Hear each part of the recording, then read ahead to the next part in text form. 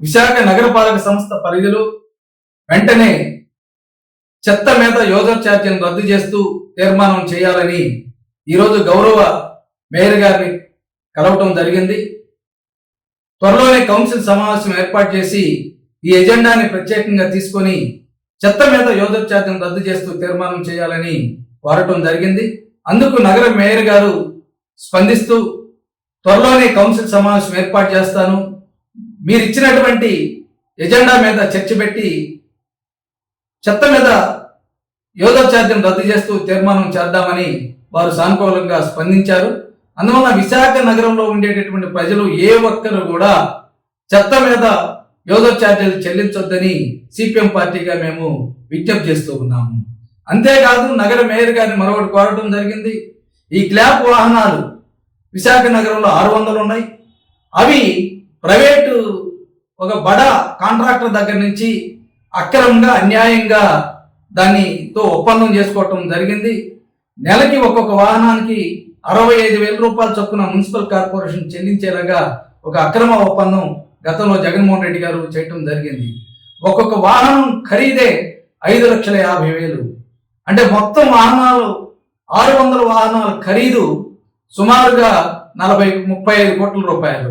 కానీ ఇప్పటి వరకు గడిచిన 3 ఏళ్లలో విశాఖపట్నం మున్సిపల్ కార్పొరేషన్ ఆ కాంట్రాక్టర్కి 150 కోట్ల రూపాయలు చెల్లించడం జరిగింది.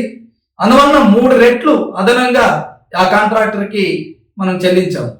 అందువలన జీవీఎంసీ తక్షణమే 600 క్లాప్ వాహనాన్ని స్వాధీనం చేసుకోవాలని కూడా కోరటం జరిగింది. దాంతోపాటు త్వరలో జరగబోయేటటువంటి కౌన్సిల్ సమావేశంలో గతంలో జగన్మోహన్ రెడ్డి గారు తీసుకొచ్చినటువంటి ఆస్తి విలువ ఆధారంగా తీసుకొచ్చిన ఆస్తి పన్నుని కూడా రద్దు చేస్తూ పాత పద్ధతిలోనే ఆస్తి పన్ను కొనసాగేలాగా తీర్మానం చేయాలనేటువంటిది కోరటం జరిగింది. మరొకటి మురికినీటి మీద వేసినటువంటి పన్నును కూడా రద్దు చేయాలని చెప్పాను. అలాగే విశాఖపట్నం ఉత్తరం, విశాఖపట్నం పశ్చిమం, విశాఖపట్నం తూర్పు నియోజకవర్గాల్లో ప్రతి ఇంటి నీటి కుళాయిలకి మీటర్లు పెడుతూ ఉన్నారు. ఆ నీటి మీటర్ల వలన ఇప్పుడున్నటువంటి 60 రూపాయలు, 120 రూపాయలు, 160 రూపాయలు మంచినీళ్ళు స్లాబ్లు అయితే ఉన్నాయో వాటినన్నింటిని కూడా మార్చేసి 500, 700, 1000 రూపాయల చొప్పున సుమారు 4 రెట్లు నుంచి 6 రెట్లు నీటి ఛార్జీలు పెంచేటటువంటి చర్యలకు పూనుకున్నారు.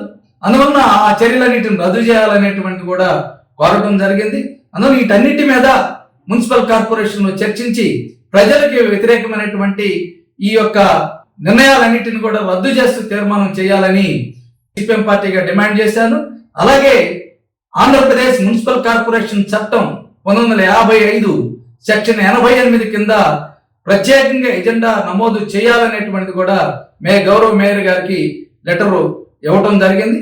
నేను ప్రతిపాదన చేసినటువంటి ఈ ఎజెండాకి ఈ నగరంలో ఉండేటటువంటి 98 మంది కార్పొరేటర్లు, వైసీపీ వాళ్ళు, తెలుగుదేశం వాళ్ళు, జనసేన వాళ్ళు, బీజేపీ వాళ్ళు వీళ్ళందరూ కూడా మద్దతు ఇవ్వాలని కోరుతూ ఉన్నాను.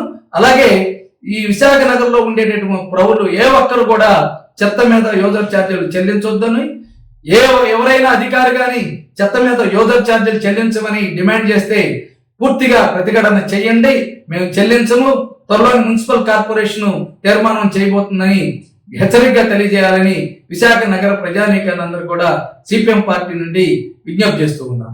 Don't forget to like, subscribe and share the videos.